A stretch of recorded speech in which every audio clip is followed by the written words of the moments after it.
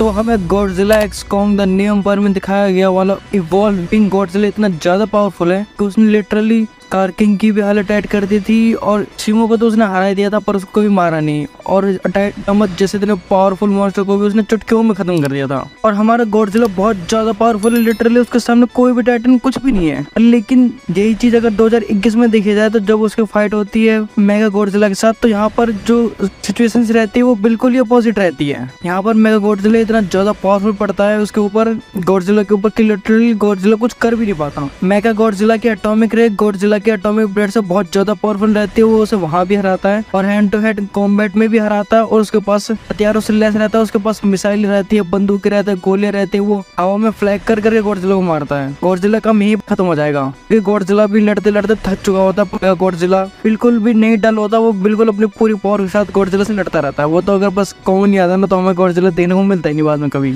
तो आगे Godzilla x Kong the new empire में दिखाया गया वाला हमारा पिंक इवॉल्व गॉडजिला इतना ज्यादा पावरफुल है कि वो 2021 वाले मेगा गॉडजिला की हालत खराब कर सकता था और उसको टुकड़ों में बांट सकता था। तो आज हम इसी बारे में बात करने वाले हैं। अगर तुम चैनल पर नए हो तो वीडियो को लाइक करके चैनल को सब्सक्राइब कर दो। बिना ज्यादा टाइम खराब करे चलो वीडियो को शुरू करते हैं। तो शुरुआत करते हैं अब मेगा गॉडजिला से। तो मेगा गॉडजिला को बेसिकली एपेक्स साइबरनेटिक्स ने बनाया था और जो उसका हेड था वॉल्टर सिमंस, वो ये चाहता था क्योंकि 2014 के जीटे के बाद और 2019 में किंग ऑफ द मॉन्स्टर्स के बाद वो ये चाहता था कि हमारे पास भी खुद का टाइटन होना चाहिए। अगर बाई चांस गॉडजिला ना हो तो इंसानों की रक्षा करने के लिए उनके पास अपना खुद का टाइटन होना चाहिए, या फिर अगर गॉडजिला बाई चांस कभी बेकाबू हो जाए तो उसको हराने के लिए भी हमारे पास खुद का टाइटन होना चाहिए। या फिर उन्होंने मन में कुछ और सोचा होगा, तो इसलिए उन्होंने मेगा गॉडजिला को इन्वेंट किया था। और उन्होंने मेगा गॉडजिला को कंट्रोल करने के लिए किंग गिदोरा के सर का यूज किया गया था, क्योंकि किंग गिदोरा जो और अपने सरों को टेलीपैथी के थ्रू कंट्रोल कर सकता है। और जो उसका सर एक बहुत बढ़िया एक सिस्टम बन सकता है मेगा गॉडजिला के सर को कनेक्ट करने के लिए। और ये चीज हमने 2019 के किंग ऑफ मॉन्स्टर्स में भी देखी थी, जब उन्हें ये सर पानी के अंदर से मिलता है। और गिदोरा के सर को एक मैकेनिकली कंट्रोल किया जाता है मेगा गॉडजिला के साथ। और इसके अंदर एक ह्यूमन रहता है जिसका नाम रहता है रेन सेरिजावा। तो ये रेन सेरिजावा जो ये सीरो सेरिजावा का बेटा है, जो हम किंग ऑफ मॉन्स्टर्स पर जो अपने आप को सेक्रीफाइस कर देते हैं गॉडजिला को रिटर्न करने के लिए। फिर उसके बाद एपेक्स रेन सेरिजावा को भड़का के अपने अंडर में कर लेते हैं और अपने साथ काम करने के लिए उसे मना लेते हैं। फिर उसके बाद जैसे ही मेगा गॉडजिला को एक्टिवेट किया जाता है और उसके सामने एग्जाम्पल के लिए उसका जो प्रेडेटर रखते हैं वो रहता है स्कल क्रॉलर। तो स्कल क्रॉलर छोटा वाला नहीं, जो बड़े वाले स्कल क्रॉलर रहते हैं उसमें से रहता है और वो लिटरली चुटकियों में खत्म कर देता है स्कल क्रॉलर को, उसको 2 हिस्सों में अलग कर देता है।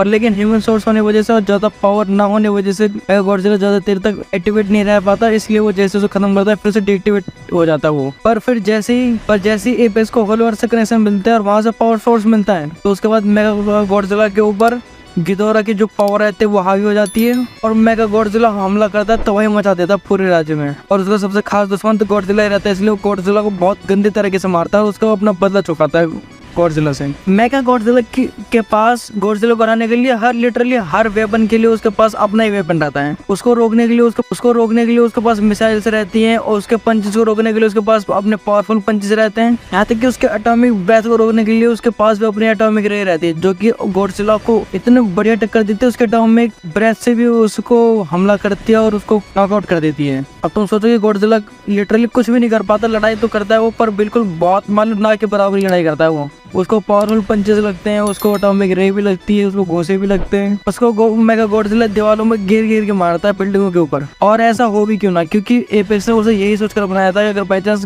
गॉडजिला अगर कुछ कर देगा या फिर उसको हराना है तो वो एपेक्स यही सारे पावरफुल मटेरियल्स लगाएं ताकि वो गॉडजिला को हरा पाए।